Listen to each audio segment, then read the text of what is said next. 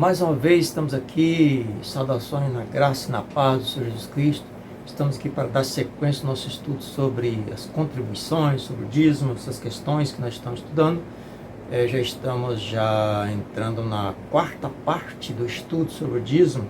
Mas antes eu gostaria de pedir a você que nos acompanha pelo YouTube, que quando você ver o vídeo, acompanhar nosso estudo, gostaria de pedir a você que se inscrevesse no canal, clicasse no sininho que tem ali do lado direito, para que quando todas as vezes colocar um vídeo, vocês sejam notificados, possam receber a notificação, e também fizesse algum comentário, nem que seja uma palavra, 2 palavras, e também o like, né, aquele joinha que tem lá, né, porque isso aí ajuda bastante o crescimento do canal e, logicamente, chegar a verdade a outras pessoas que precisam ouvir a verdade.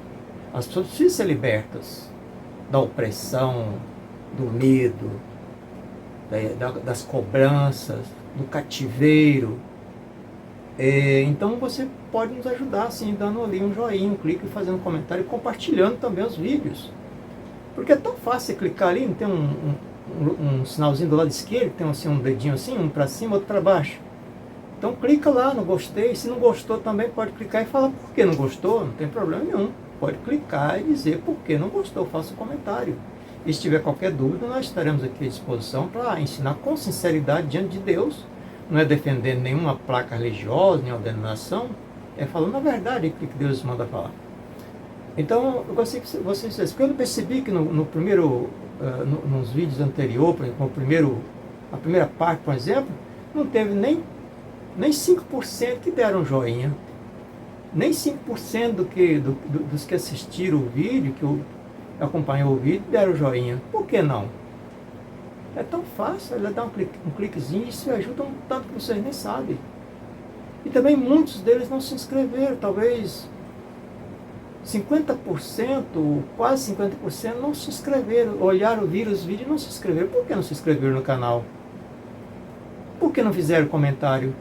Pouquíssimas pessoas fizeram um comentário. Faça isso.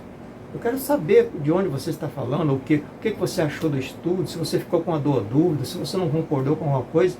Porque se não concordou, eu vou mostrar de novo, tirar a tua dúvida, porque eu não estou aqui falando aleatoriamente. Eu tenho base, tenho convicção, porque tem décadas que eu estou pesquisando sobre todos os assuntos polêmicos da Bíblia. E que são talvez ensinados, e que são ensinados de forma errada, eu estou procurando ensinar da forma mais correta, independentemente de que os líderes gostam ou não gostam. Eu não estou aqui para agradar mesmo ninguém, estou aqui para agradar a Deus e falar a verdade para que as pessoas sejam libertas. Então vamos à sequência aqui do nosso estudo. Beber uma aguinha para lubrificar a garganta.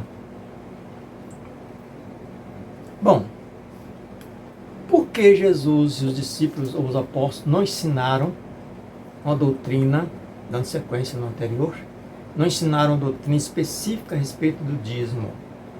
Porque, na verdade, no Novo Testamento, não se tem uma ideia de templo e culto da mesma forma do Antigo Testamento, da Aliança Antiga. Que lá era um templo enorme, com tantas e tantas despesas, não ficava barato, não era pouco dinheiro que poderia pagar as despesas daquele templo. Mas quando se chega no Novo Testamento, eles reuniam um templo improvisado, nas casas. Eu quero fazer uma observação da ideia, por exemplo, da igreja primitiva, que depois mudou, por isso que hoje está aqui essa questão dessa cobrança de dízimo, porque houve uma mudança, não continua o mesmo propósito, o mesmo objetivo, e nem a mesma essência da igreja primitiva. Não existe hoje, quer dizer, com exceções de alguns grupos, mas a maioria não segue os mesmos princípios lá. Por quê? Podemos ver em Atos dos Apóstolos, capítulo 2, você pode conferir depois, mas estou com minha Bíblia na mão aqui, está aqui, que Atos capítulo 2, versículo 42, assim, e perseveravam na doutrina dos apóstolos, na comunhão, no partir do pão e nas orações. Em cada alma havia temor, e muitos prodígios e sinais eram feitos por intermédio dos apóstolos. E todos que creram estavam juntos e tinham tudo em comum. Tudo, olha aqui, que interessante, tinham tudo em comum. Vendiam suas propriedades e bens, distribuindo o produto entre todos, à medida que alguém tinha necessidade. Diariamente perseveravam unânimes no templo, partiam o pão de casa em casa e tornavam suas refeições com alegria e singeleza de coração, louvando a Deus e contando com a simpatia de todo o povo. Enquanto isso, acrescentava-lhes o Senhor dia a dia os que iam sendo salvos. Então preste atenção, o objetivo deles era que ninguém tivesse mais do que ninguém, tivesse tudo de igual modo. E a gente percebe com relação aos templos, porque a partir daí os próprios apóstolos começaram a afirmar: Deus não habita em templo feito por mão de homens, porque Ele habita dentro de nós. Somos o templo de Deus. Nós somos a casa, o edifício de Deus. Podemos conferir isso aí. Vocês podem observar isso aí, por exemplo, em Atos 17, 24. Deus não habita em templos feitos por mão de homens, como era a ideia no passado. Deus habitava, Deus estava lá dentro do templo. Deus estava lá, não estava fora. Quem queria adorar a Deus tinha que ir lá dentro do templo, senão não estava adorando a Deus, porque Deus estava lá. Quem queria receber uma bênção, a mesma coisa. 1 Coríntios também 6, 19, 20 diz que vós sois o templo do Espírito Santo de Deus. 1 Coríntios 3, 16, 17, Efésios 2, 20 a 22 também fala de casa, de morada de Deus. Então assim, nós somos agora o templo. Então o que eu preciso para manter o templo de Deus? É a minha sinceridade com Deus. Não é dinheiro em si, mas eu preciso também do dinheiro, inclusive. Então, se fosse olhar assim, então eu teria que dar o dízimo também para mim, para o meu uso também, se fosse olhar por esse lado. Mas vamos ao que nós falamos aqui. Tinham tudo em comum. Esta era a ideia básica da igreja primitiva. Agora ali ele citou alguma vez que você tem que trazer 10%? Ele citou alguma vez ali que nós teríamos que entregar o dízimo? Não, mas olha como o amor estava fluindo na vida das pessoas. Olha como o amor estava agindo na vida das pessoas. Todos tinham em comum. Então, o que acontecia ali em Atos dos Apóstolos, no início, na igreja primitiva, que isso não deveria ter acabado nunca, mas infelizmente durou poucos séculos. Foi só Constantino assumir a igreja como a igreja oficial do Império, pronto. Se foi a origem, se foi os propósitos do objetivo e o objetivo da igreja primitiva. Então, o que acontece? O que acontecia ali? As pessoas que tinham muito vendiam e distribuíam com quem não tinha. Por exemplo, se alguém tivesse 3 casas, mas tem 2 irmãos que não tem nenhum, então ele fica com uma e dá uma para cada um, para que todos tenham igual a ele. Ele tem 10 casas, então vou ficar com uma e dar 9 para os outros. A ideia era essa aqui. Você tem tantas propriedades, tantas hectares ou alqueires de terra, ou tarefas de terra, como se diz em alguma região do país. Ele ia vender ou então distribuir, repartir. Não, você fica com tantas tarefas, eu fico com tantas, vamos repartir aqui, de acordo com as necessidades de cada um. Então essa era a ideia primitiva, mas não era 10%. Podia ser nem 1%, se a pessoa não tinha nada. Então quem não tinha nada não ia dar, ia receber. Quem não tinha nada para dar, ia receber, não dá. Então não tinha essa questão de cobrança. Agora, quem tinha podia dar, digamos que 0,5%, 1%, 2%, ou 10%, ou 30%, ou 50%, ou 80%, dependendo do que ele tivesse. Dependendo do poder aquisitivo que ele tivesse. Mas a ideia era essa, todos terem. Por que não permaneceu isso? Seria tão bom se as igrejas fizessem isso hoje, né? Porque a gente vê irmãos aí que tem não sei quantos carros, não sei quantas casas, não sei quantos veículos, não sei quantas fazendas, mas não dá 1 hectare sequer para o pobre do irmão que não tem nem 1 centímetro de terra. Você já observa isso aí para vocês verem. Aí depois diz que está obedecendo a Bíblia. Por que não obedece essa parte também? Por que não divide então os que têm bastante? Por que não divide com quem não tem nada ou que tem pouquinho? Por que não faz isso? Aí fala que o irmão que não dá o dinheiro está roubando, não vai para o céu. E a tua injustiça? E a falta de misericórdia da tua vida? E a falta de misericórdia nas igrejas? Me responda aí, diante de Deus. Pare e pense na tua consciência aí, se você de fato é um servo de Deus, se você de fato tem fé em Deus, tem compromisso. Pare e pense na tua consciência aí. Fala tanto, mas por que não obedece essa parte também? obedeça também. Então, por que não faz a tua igreja ser... Todos os irmãos têm em comum.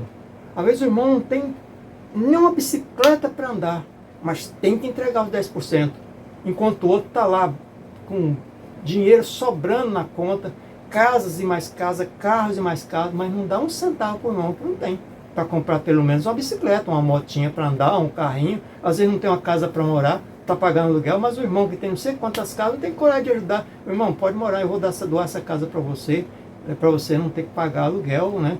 É uma bênção de Deus, porque Deus me deu em abundância, então eu estou te dando para você. Por que não faz isso? Hã? Aí vai cobrar do irmãozinho que não tem nada para dar, dizendo que se ele não dá, ele está perdido lá para o inferno. Cuidado com o que você fala, hein? Cuidado com o que você fala. Olha o recado de Deus para a tua vida. Cuidado com você está agindo aí onde você está ensinando. Cuidado. Porque com Deus não se brinca. Certo? Fica cobrando o outro lá, cometendo injustiça, falta de misericórdia e falta de fé na tua vida. E sem fé é impossível agradar a Deus. Às vezes as pessoas falam que tem fé, mas é uma fé falsa. Então é isso aí. Por que não fazemos não repensamos a nossa vida de cristão? Por que não fazemos isto? Aí, mais para frente, como já lemos o 2 Coríntios capítulo 7, é o 7 que nós lemos, versículos 7 a 9.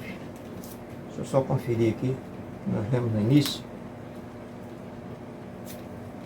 2 Coríntios capítulo 7, isso mesmo.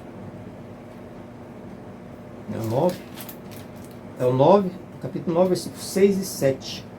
Então, cada um vai dar com alegria, conforme propõe no coração. Então, como eu já falei no estudo anterior, aquele que dá com alegria, com prazer, dá de uma forma muito melhor, dá de uma forma abundante.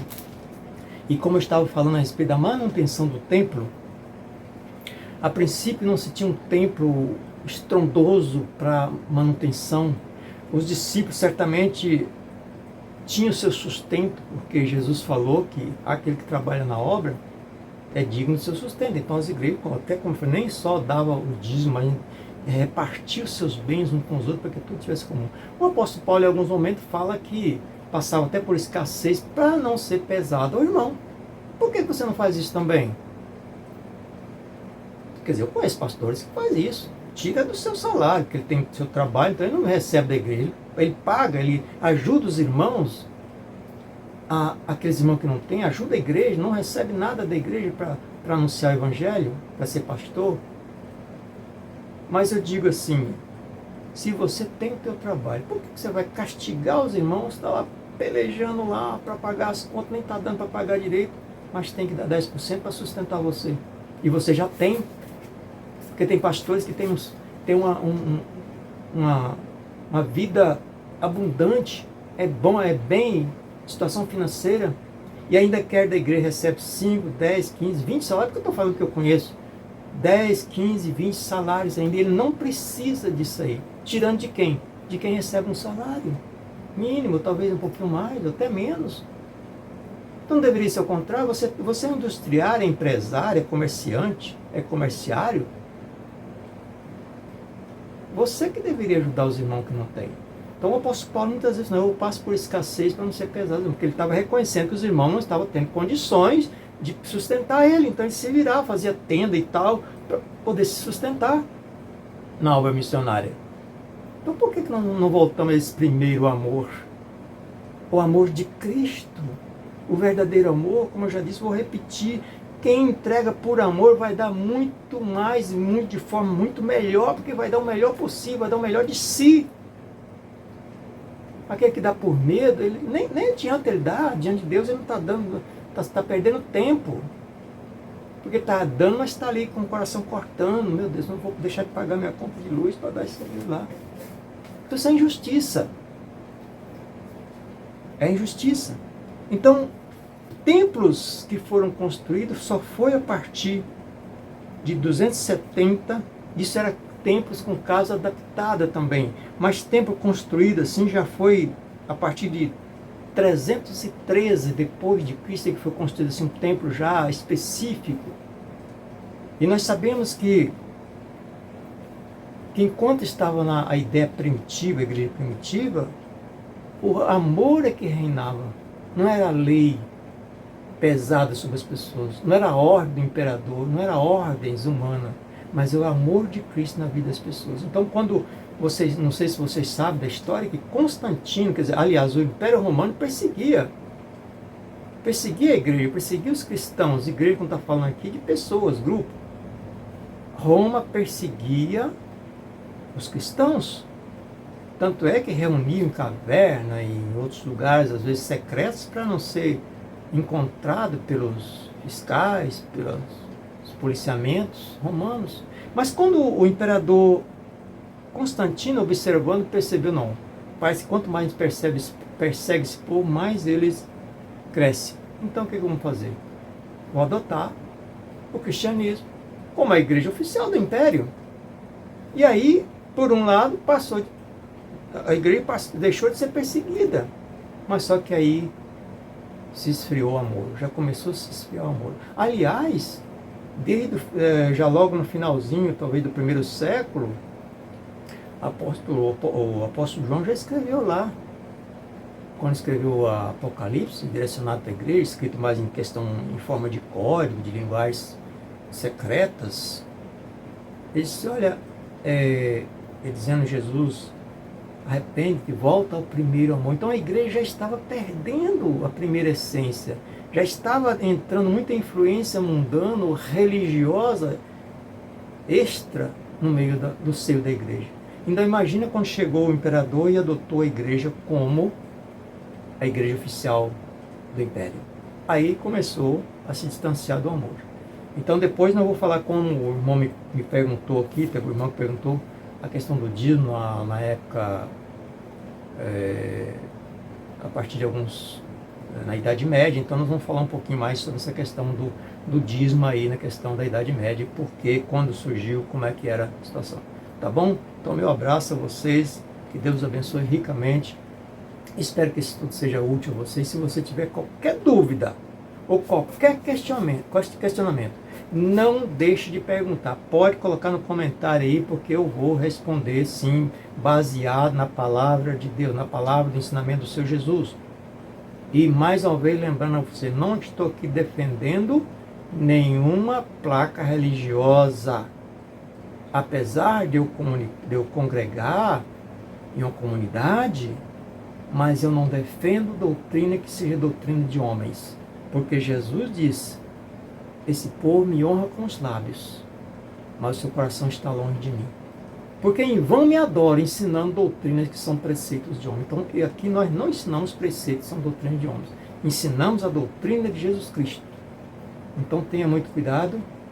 E eu sei que muitas pessoas vão se sentir feridas com isso aí, não vão gostar, mas aí é com você e Deus. Você vai prestar conta, é a Deus. Se você não gostou, você não está gostando da verdade. Se você não gostar, você não está gostando do amor de Cristo. Se você não gostar, você não está gostando do Evangelho do Reino de Deus, o Evangelho que liberta. Mas espero que você goste.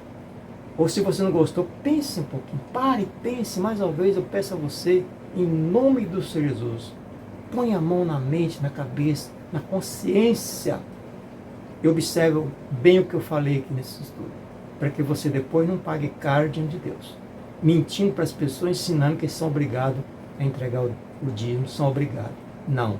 Aquele que dá por amor, ele não trabalha com porcentagem, ele trabalha com abundância, com amor, com alegria, com satisfação, com gratidão, com reconhecimento. E não pense que você vai perder dizimista, você vai ganhar. Se você passar a ensinar a verdade, que é o amor de Cristo, vai ganhar muito mais, porque você vai estar com a ficha limpa diante de Deus também, e diante das pessoas. Amém? Meu abraço, até o próximo estudo.